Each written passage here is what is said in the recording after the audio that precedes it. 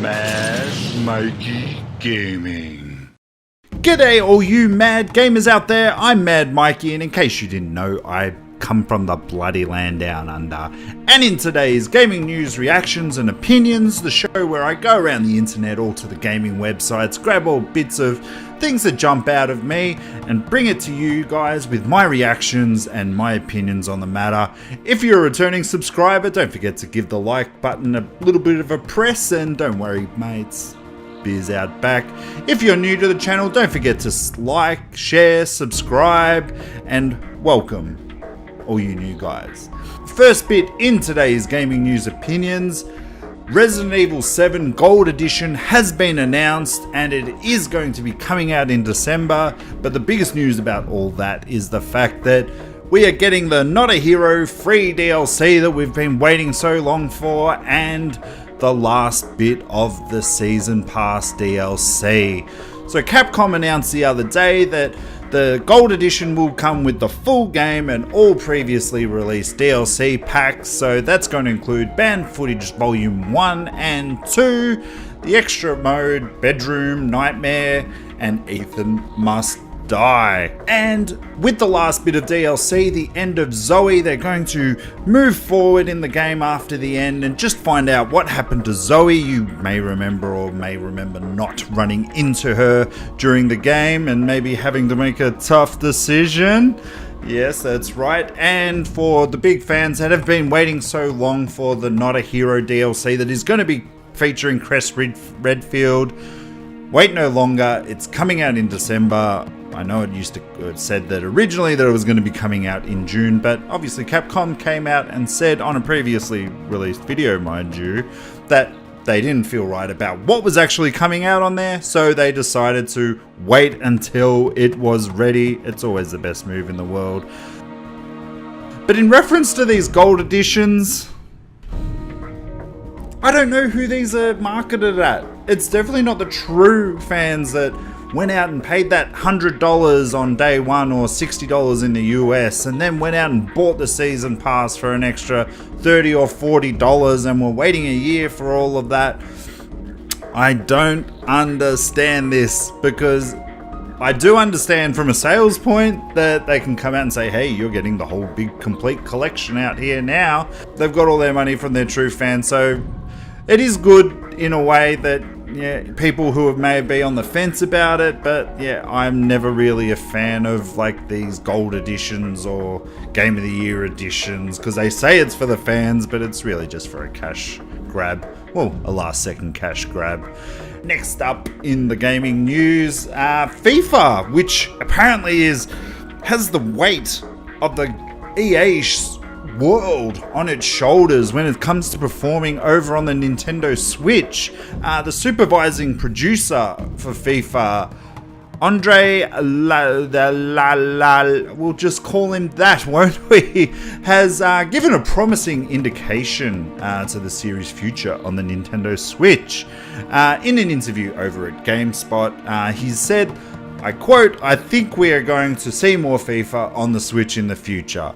Which is a really good thing, because again, on one of the previous videos, they said that like FIFA, depending on how well it performs on this year on the console, may very well determine what sort of support EA is going to be giving the Nintendo Switch. He went on to discuss the single Joy-Con play and some of the challenges and benefits that it can present. He's gone on to then say, when playing with one Joy-Con, obviously you don't have the right stick. He said, you don't have as many buttons and you only have the two bumpers instead of triggers and bumpers. We created a custom scheme for this called the 4-button mode. The advantage of it is that just one console, you can play FIFA 1v1 without buying anything else. He went on to then talk about the Journey, which is the single player mode on it, and he's quoted as saying, the Journey is a mode powered by Frostbite. That is the engine that currently is powering all of their games out there. It only exists because of Frostbite. They are not separate.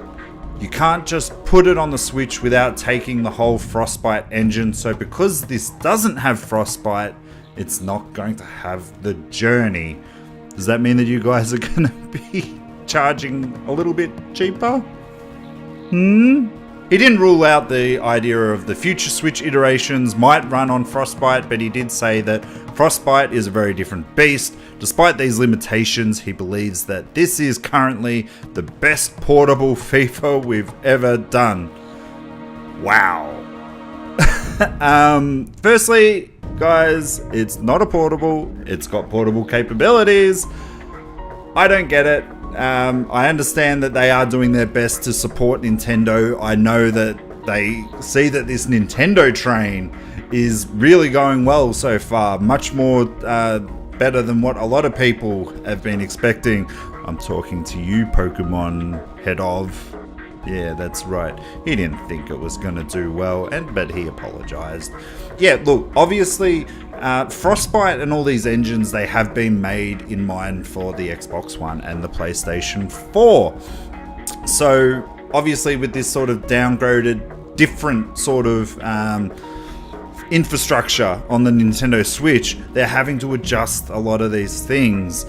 So this is going to be interesting to see if they make a modified Frostbite engine.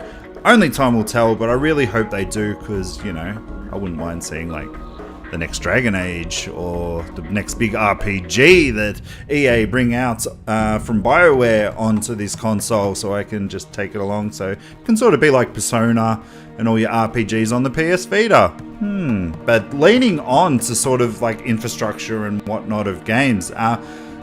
On Tuesday's report, we did sort of say that the potential for Final Fantasy 15 coming out on the Nintendo Switch, and how there was issues with their engine running on the Nintendo Switch. That's right, we're still talking about the engine. They did do another interview over at DualShockers, or DualShockers actually did release more of the interview, and he's come out and said there's nothing really has been decided yet. We've tested the engine on the Switch, but apparently realized that they can't bring most of their engine onto the platform. We kind of stopped there for the time being, but we are still looking into the platform and seeing what it can do. They then sort of expanded the conversation about the Xbox One X and the PlayStation 4 Pro, and he's actually saying some really interesting things right here. He says that for the upgrade onto the Xbox One X, which is supposed to be a native 4K console, he said that the game's 4K resolution will be achieved by running natively in 3K and upscaling via checkerboarding. What?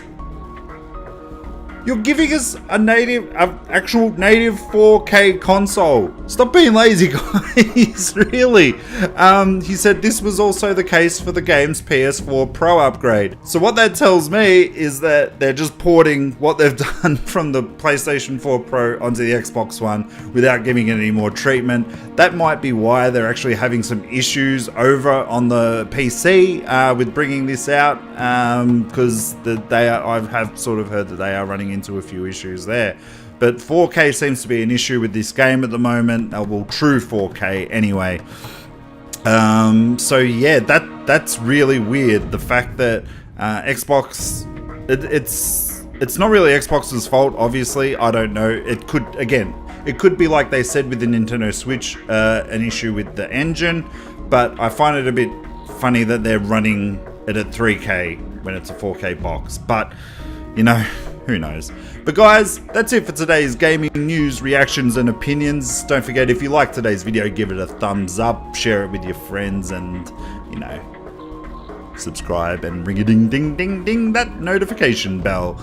But guys, I will possibly see you tomorrow. I think I actually will, for the shit I'll probably never play. And I can't wait for it. But guys, I hope you have a good day gaming, and I will see you guys tomorrow. Bye guys.